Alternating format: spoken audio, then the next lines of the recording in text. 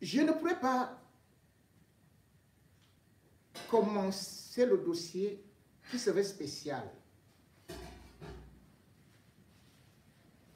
sans d'abord adresser mes condoléances aux familles attristées de la falaise de Tchang. C'est dans la région de l'ouest du Cameroun. C'est une falaise qui est entrée dans l'histoire parce qu'on ne peut plus compter le nombre de morts. Et cette fois-ci, c'est un éboulement qui a eu. À la suite de cet éboulement, les autorités locales ont essayé de dépêcher des engins qui ne sont pas habitués à de telles missions, lesquels ont été engloutis en même temps. On déplore beaucoup de morts. Certains parlent de 4, d'autres plus. Et peut-être un rescapé miraculeux à qui nous adressons nos félicitations.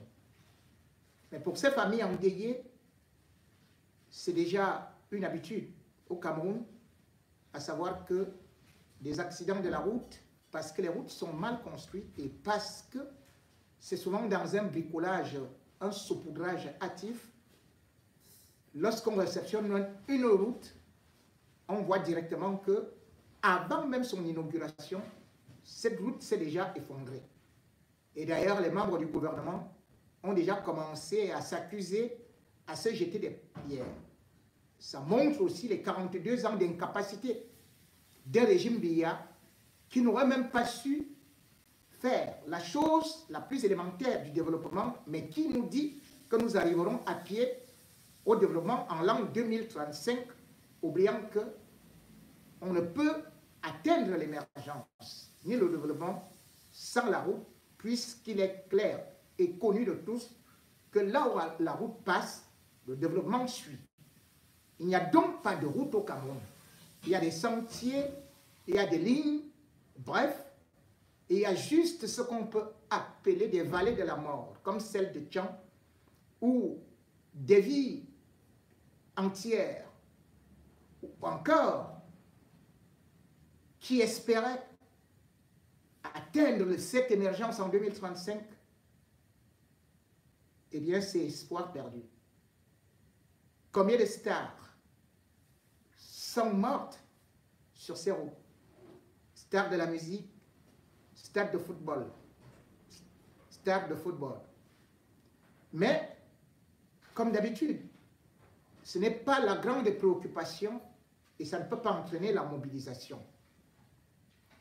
Chacun dit, je n'étais pas là, tant mieux, oubliant que le lendemain, ou le surlendemain, ou le mois prochain, l'année prochaine, ce sera à son tour de passer dans la mesure où les routes au Cameroun, selon les chiffres de la Banque mondiale, font 6 000 morts par an.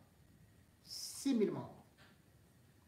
Minimum 20 000 accidents se produisent par an au Cameroun. Et quand on regarde tous les autres pays, et même quand on regarde les guerres n'en font pas autant. Pour ces morts, et avant d'aborder le sujet qui pourra nous occuper toute la soirée, ou plutôt quelques instants pour cette soirée, nous allons observer une minute de silence pour les morts de la vallée de Tchang, les morts d'accidents, les vies arrachées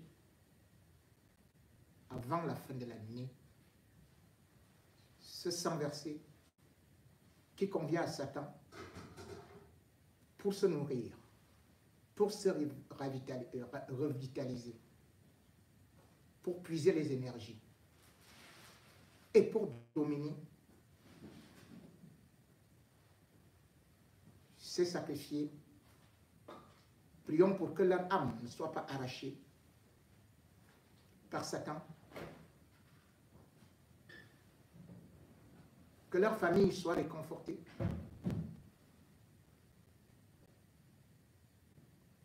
et qu'ils aillent, ceux qui sont morts, se reposer en paix. Parce que le Cameroun